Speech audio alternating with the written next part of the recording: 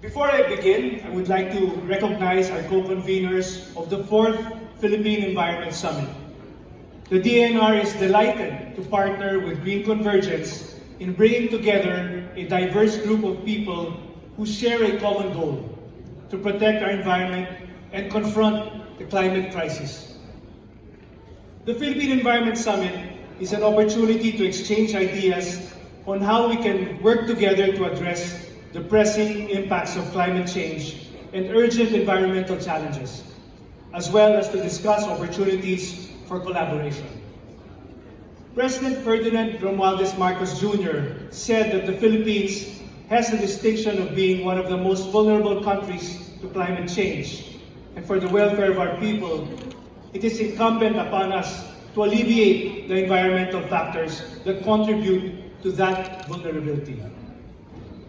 It is, however, important to note that this vulnerability is directly related to exposure that is driven by our development trajectory, which has been characterized by inequities in social protection and by disregard for the ways by which our ecosystems support our communities.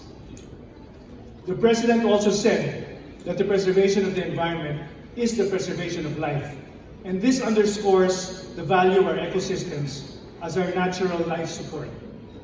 The task of preserving life is not DENR's nor the government's alone. We all have a stewardship role to play every day when it comes to protecting our environment and natural resources today to ensure the quality of life of generations yet to come. According to the World Economic Forum's 2023 Global Risks Report, natural disasters and extreme weather are considered to be the most severe risks facing the world in the next 2 years.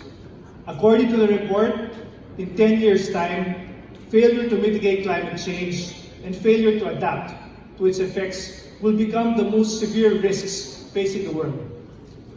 On the other hand, the United Nations University's World Risk Report ranks first among the countries most risk to natural hazards. The IPCC's 6th assessment report has made us realize that climate risk does not stand alone. It can sometimes cascade and compound until it graduates into a disaster. It is essential, therefore, to confront the climate emergency using a systems lens and through comprehensive risk management.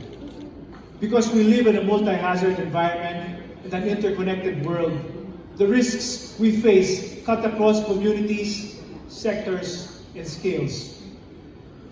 The interventions we design to confront this complexity must therefore be transdisciplinary, time-sensitive, and spatially targeted in order for them to be transformational. We must invest toward prevention and preparedness for the kinds of hazards we know and those we have yet to face beyond our fence lines. We must work together to break down silos.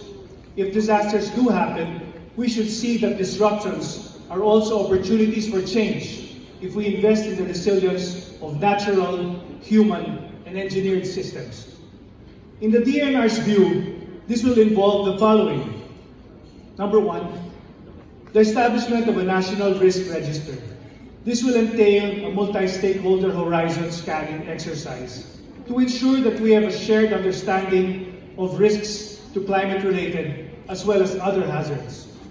Number 2, the creation of a national natural resource geospatial database.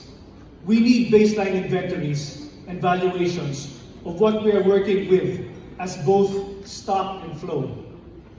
Number 3, these two must be intersected as the basis for identifying scenario-based challenges to the goals of inclusive, resilient, and sustainable development, and strategies, laws, policies, and actions to respond to these. Number 4, for the private sector, this would mean adopting climate and disaster resilience into their core business cycles.